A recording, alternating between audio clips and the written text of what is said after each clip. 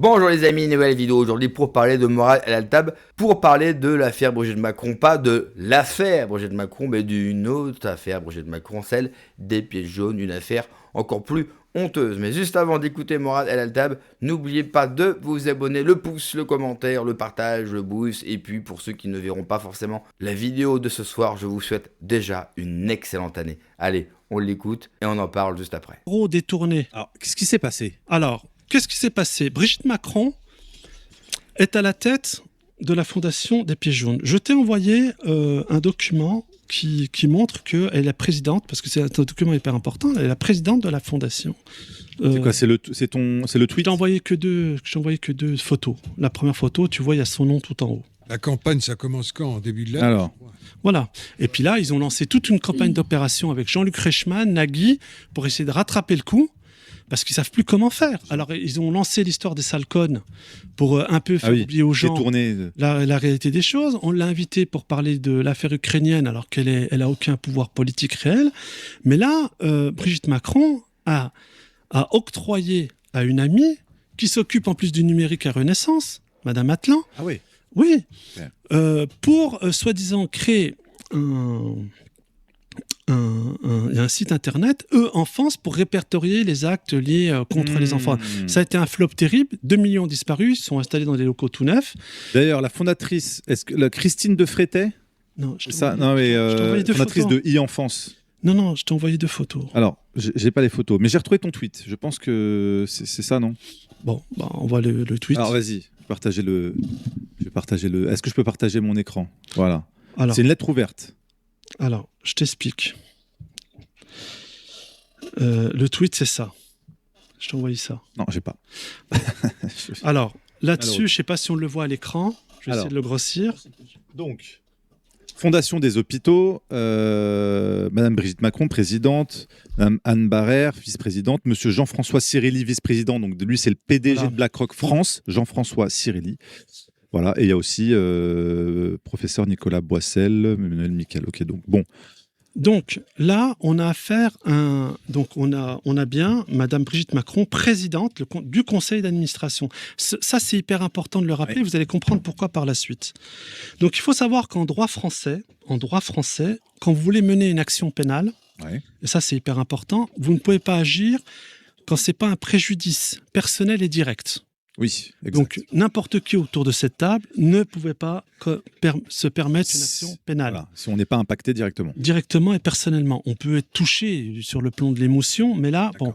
Et donc, en France, autre fait de droit, juridiquement, un contribuable, un citoyen, n'est pas recevable à déposer une plainte auprès du procureur de la République car pas d'action, ce qu'on appelle d'action popularis. Une action popularis, c'est-à-dire au nom de la collectivité. Ça aussi, c'est pas possible devant un juge pénal. Donc, il me restait qu'une seule initiative pour défendre ces enfants et aussi défendre les Français donateurs. Alors, comment t'as fait? J'ai fait ce qu'on appelle un signalement. Et donc, que j'ai rendu public, bien sûr. Un signalement, pourquoi? Parce que je signale au procureur des faits susceptibles de constituer un détournement de fonds publics, d'abus de confiance et d'escroquerie. Alors, qu'est-ce qu'elle a détourné et au profit de qui? Alors, apparemment, tu n'as pas... Donc, l'article.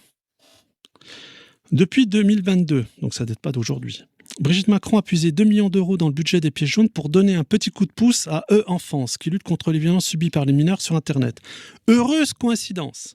Cette association est dirigée par Justine Atlan, l'une de ses bonnes amies, par ailleurs trésorière du think tank macroniste Renaissance numérique. Le truc d'ailleurs par lequel va passer Macron lorsqu'il nous parle de tout ce qui va être lié au digital, le contrôle des futurs médias français. Donc, elle préside la Fondation de Paris, la Fondation des hôpitaux, qui chaque année collecte les dons pour les Pieds jaunes, en assure la redistribution via des appels à projets. Alors, là, on a dit la phrase « appel à projet ». Moi, quand j'ai écrit la lettre au procureur, j'ai mis que 2 documents, on gagne du temps. J'ai mis l'article du Canard enchaîné. D'ailleurs, le Canard enchaîné entièrement. Voilà ce que j'ai remis au procureur. Plus le cahier des charges appel à pièce jaune. Pourquoi? Ça, c'est un document que j'ai récupéré à l'intérieur. Pourquoi j'ai mis ces 2 documents? Et ça suffit largement, pas la peine d'en mettre des tonnes. Donc elle aurait filé 2 millions d'euros à cette association. Voilà. Et alors, attends, ce qui est Ça important, fait c'est que, et là c'est imparable, cahier des charges, appel à projet, pièce jaune, donc c'est quand même un document qu'a signé Brigitte Macron en tant que présidente. Et donc, elle préside le conseil d'administration. Donc elle ne peut pas dire qu'elle n'était pas au courant. Ah bah oui, elle l'a signé. Elle a signé ce document. Elle l'a signé. Parce que ce cahier des charges, il est adopté par le conseil d'administration qu'elle préside. Donc, Elle est responsable. Elle a signé la délibération qui autorise le cahier des charges, donc elle ne peut pas dire qu'elle n'était pas au courant. Donc c'est imparable. Et c'est pour ça que l'Élysée n'a jamais répondu. C'est énorme. L'Élysée n'a jamais répondu. Le Canard enchaîné a demandé, et d'autres journalistes, que je citerai d'ailleurs courageusement. Alors c'est très important, la page 4. C'est souligné, donc elle ne peut pas dire qu'elle ne l'a pas. Quand tu as des documents, et puis en plus c'est souligné. Donc là c'est marqué « sont exclus ». Je te laisse lire. Vas-y. Sont exclus les projets de recherche médicale, le matériel médical, la rémunération des personnels permanents ou vacataires, les frais de fonctionnement des associations et la formation. Voilà. Et donc, cet argent... Pour une assoce. Pour cette association, qu'est-ce qu'a financé cette association? Eh bien, écoute bien... en plus, c'est des résultats extrêmement négatifs. Hein.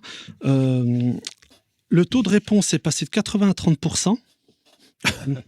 En 2023, l'Institut pour Atlan, donc cette amie avocate, qui bénéficiait déjà de subventions publiques, donc elle en avait déjà recruté 8 nouveaux écoutants, donc elle a fait un recrutement, ce qui est interdit, d'après le cahier des charges, afin de porter l'effectif à 20. Problème, le cahier des charges des pièces jaunes, auxquels sont soumis les établissements de santé, exclus, et tu viens de le lire. Donc, et en plus de ça, le chèque devait aussi permettre à E-Enfance de sensibiliser au piège du numérique et les 1200 salariés des maisons des adolescents, parce que là on parle d'enfants et d'adolescents malades, auxquels les Français contribuent chaque année par un versement modeste, mais on y a à cœur. C'est comme les restaurants du cœur et autres. Déjà en partie financés par la Fondation. Mais l'association reconnaît n'avoir formé que 159 personnes en 2024, donc on est loin des 1200. Essentiellement en visioconférence, là aussi la formation est exclue des appels à projets des pièces jaunes. Ah, mais c'est un délire. Le pactole aurait permis, par contre, attention, le déménagement de enfants dans les locaux flambant neufs à 2 pas de la Bourse de Paris, inauguré en grande pompe en février 2023 par la première dame. Donc elle arrive elle-même pour couper le ruban des locaux tout neufs d'une structure à qui elle donne de l'argent. Elle sait par avance qu'elle ne peut pas le faire. Elle se définit comme première dame. Incroyable. Non, mais ce qui est incroyable dans cette histoire, et pourquoi j'ai fait ça, c'est le silence des médias mainstream. Parce qu'il y a un truc qui est très important, quelque part je leur rends hommage, c'est que, bon, le Canard enchaîné a fait ce qu'il a fait, c'est son job. Depuis, bizarrement, il a rien. Et oui, il a reçu des directives. Comme il dit si bien, il a reçu un coup de patte sur le bec. Mais ce qui est quand même assez incroyable, moi je me rappelle déjà, on en avait parlé il y a longtemps quand la lutte anti des réseaux pédos, c'était la presse People. Voilà. Le magazine Closer, le 26 novembre 2006, donc le jour même de l'article du Canard. Closer fait un papier en disant Brigitte Macron, dans la tourmente, elle est accusée d'avoir puisé dans les caisses des pièces jaunes. Parce que ce qui est très intéressant, il y a eu une grosse caisse de résonance. J'ai une petite question. Excuse-moi. Oui, je t'en prie. La caisse des pièces jaunes, ça représente combien? Puisque là, ils donnent 2 millions. Mais en tout, il y a combien? Il y a beaucoup d'argent. Ça, c'est en... Les Français donnent. Non, mais les Français sont des peuples les plus généreux au monde. Après, c'est vrai, par exemple, la Norvège, mais la Norvège finance une partie par son fonds d'investissement. Mais... Oui. En France, les Français sont un peuple extrêmement généreux. Ils donnent pour la Croix-Rouge, les restos du cœur, le cancer. Et là, on parle d'enfants. On parle d'enfants. Est-ce qu'ils n'ont pas lancé le contre-feu avec la fameuse vidéo d'Harry Habitant? Ils ont fait que ça. Voilà. Contre-feu avec la vidéo d'Harry Habitant. Et puis aller défendre quelqu'un comme Harry Habitant, quand même, quand on voit ce qu'il a eu à commettre et qu'on voit que 7 juges on lui a classé sans suite. Ah oui. Je ne sais pas ce qu'il aurait voulu, mais qui trucide la pauvre fille à coups de hache. Hein, je ne sais pas ce qu'il faut. Même en appel, hein, il a été... mais ce qui est très intéressant, c'est que je me suis dit, mais il y a un truc quand même fou dans cette histoire. Quand je me suis vraiment penché, et vous me connaissez, donc j'ai essayé de tout lire. Et je me suis dit, mais il y a eu une caisse de résonance énorme. Dans les réseaux sociaux, tout le monde en parlait. Mais en fin de compte, quand je regarde le nombre d'articles qui sont vraiment sortis sur cette affaire, bon, Stéphanie en a parlé, c'est vrai, mais il y a eu très peu de gens qui s'en sont saisis. Bon, Nexus, on en avait fait une aparté, mais je regarde Closer, Magazine People, Juste Milieu, Rémi Vatremes, et en France, Brigitte Macron détourne-t-elle l'argent des pièces jaunes? Bon, il a même fait une vidéo derrière. Entrevue. Entrevue, selon Calanché, Brigitte Macron aurait versé 2 millions d'euros des pièces jaunes à l'association e-enfance, dirigée par une amie trésorière de Film Frank Renaissance. Multipole 360. Le Média 442, qui est affaire de papier, signé Johan. Le Quotidien.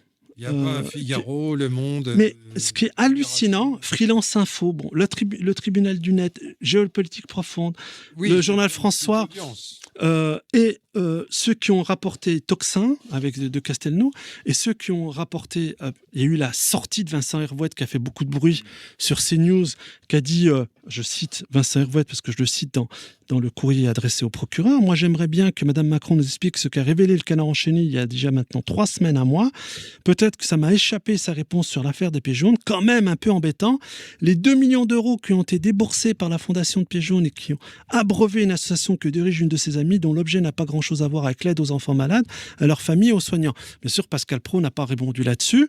Ils ont quand même oublié de rajouter que j'en ai parlé également sur la chaîne. Bon, je ne fais pas partie des gros médias sur YouTube, mais quand même, j'ai profité aussi pour relayer, partager, et je le refais aujourd'hui, et je salue bien sûr le travail fait par Nexus et par Morad El Altab.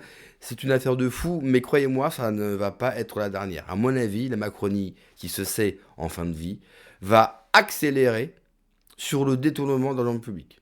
Alors, vous allez me dire, quand même, depuis qu'il est au pouvoir, ils ont quand même bien accéléré en termes de corruption et de vol d'argent public. C'est pas faux. Mais là, ils vont aller beaucoup plus loin, ils vont se rincer sur la bête. La bête, c'est nous, hein. Faut ne jamais l'oublier. Ils vont se rincer comme jamais, ils vont se distribuer. Vous allez voir une distribution, ils vont nommer tous leurs potes à tous les postes imaginables.